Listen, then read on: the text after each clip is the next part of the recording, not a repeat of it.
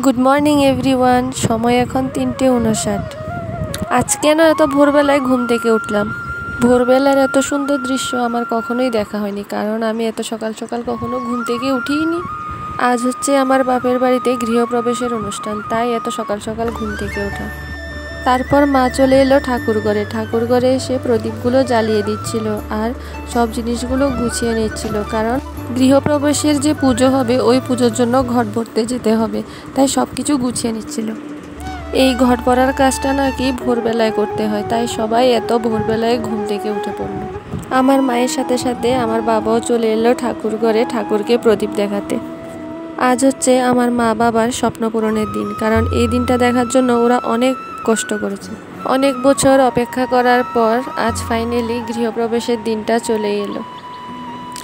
তারপর আমি, আমার ঠাকুরমা, আমার পিসিমণি আর আমার মা বাবা মিলে বেরিয়ে পড়লাম ঘট ভরতে যেতে।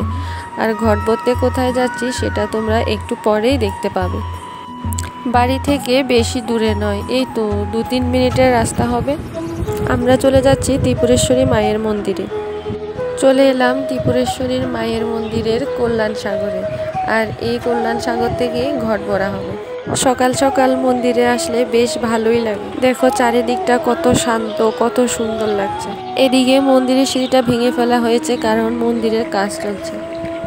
ঘট ভরার আগে নাকি স্নান করতে হবে, তাই ওরা স্নান করতে বসে পড়েছে।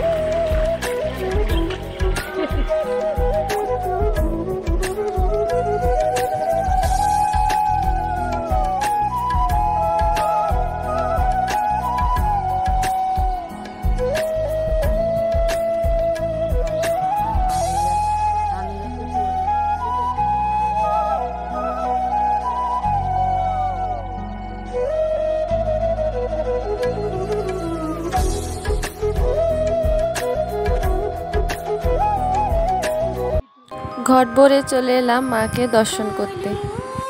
আমার বাবা কোনো শুভ কাজ করার আগে মায়ের মন্দিরে এসে মায়ের আশীর্বাদ নিয়ে তারপরই শুভ কাজটা শুরু করে। তাই আজ চলে এলো মায়ের মন্দিরে মায়ের কাছ থেকে আশীর্বাদ নিতে। একটু আগেই মন্দিরের দরজা খোলা হয়েছে আর মাকে শয়ন থেকে ওঠানো হয়েছে, তাই এখনও মাকে সাজানো হয়নি। এত কিছুর মধ্যে আমি তো ভিডিওর ইন্ট্রো দিতেই ভুলে গেছি। Hello everyone, welcome back to my another new blog. তোমরা সবাই কেমন আছো? আশা করি ভালো আছো, আর আমিও খুব ভালো আছি। আগের দিনের ভিডিওতে বলেছিলাম যে বাড়িতে কি অনুষ্ঠান সেটা তোমরা ভিডিওর নেক্সট পার্টে দেখতে পাবে। তো আজ তোমাদের জন্য ভিডিওর নেক্সট পার্ট নিয়ে চলে এলাম। মন্দিরে দেখো কতগুলো পায়রা। এই পায়রাগুলো কিন্তু মন্দিরেই থাকে। ওরা ওই দিকে পুজো দিচ্ছে আর আমি মাকে প্রণাম করে চলে এলাম পায়রাগুলোর কাছে।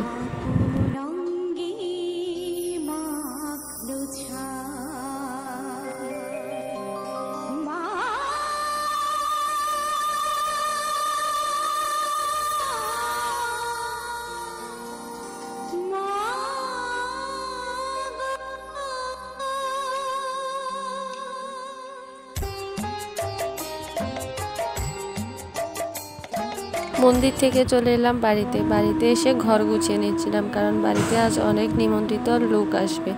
ঘর গুছিয়ে চলে এলাম মায়ের কাছে, মাকে কাজে হেল্প করে দেওয়ার জন্য।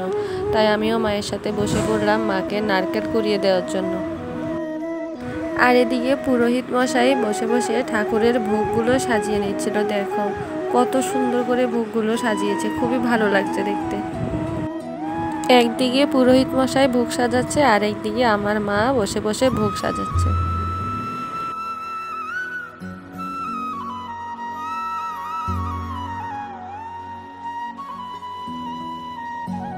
পুজোর কাজ মোটামুটি কমপ্লিট, আর বাকি কাজগুলো পুরোহিত মশাই গুছিয়ে নিচ্ছে। গুছিয়ে পুজোতে বসে পড়বে। গতকালকের ব্লগে দেখেছিলে আগের দিন সবজি কেটে রাখা হয়েছিল। তো এদিকে নিমন্ত্রিত লোকদের জন্য রান্না বসিয়ে দেওয়া হয়েছে। রান্না হচ্ছে আমার পিসিমণি, আর ওইদিকে রান্না হচ্ছে ঠাকুর ভোগের রান্না। ঠাকুরকে অন্নভোগ দেওয়া হবে, তাই আলাদা করে রান্না বসানো হয়েছে।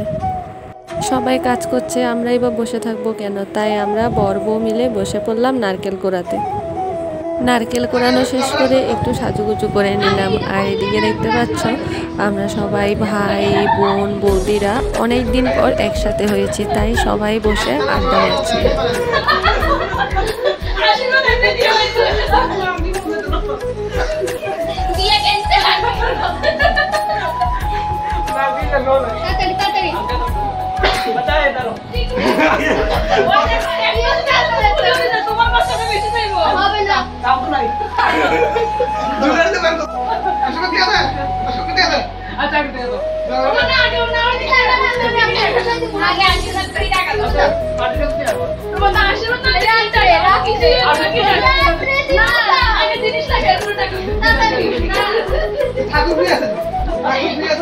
সবার হাত থেকে একটা একটা করে আংটি খুলে নিয়ে দেখো 10টা আঙ্গুলে 10টা আংটি দিয়ে বসে আছে।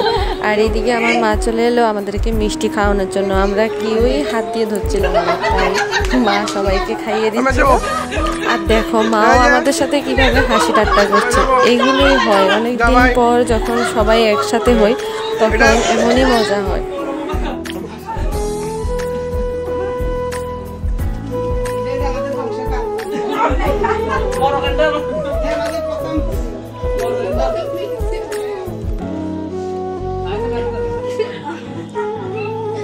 এর বিয়ে আজকে মুখে সিঁড়া নুনের মাথা চলে আড্ডা মারতে মারতে চলে এলো জেঠু আর জেঠিমণি। জেঠু খুবই মজার মানুষ, উনি খুবই মজার মজার কথা বলে। দেখো এখানেও বসে বসে মজার মজার কথা বলছিল আর সবাইকে হাসাচ্ছে। আর এই যে আমার বান্ধবী ললিতা, অনেকদিন পর ওর সাথে দেখা হলো। ও হলো আমার ছোটবেলার বান্ধবী। ঠাকুরকে অন্নভোগ লাগানো হয়ে গেছে, পুরোহিত মশাই পুজো করছে আর মা বাবাও পুজোতে বসে পড়েছে, আমরাও সবাই পুজোতে বসে পড়েছি।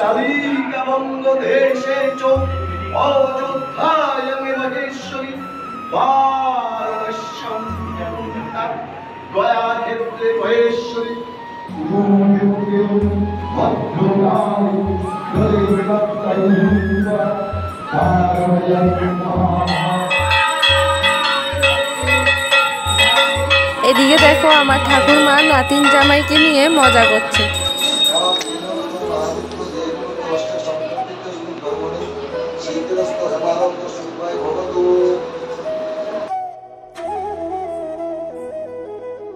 পুজো শেষ, পুজোর প্রসাদ মাখা হচ্ছে।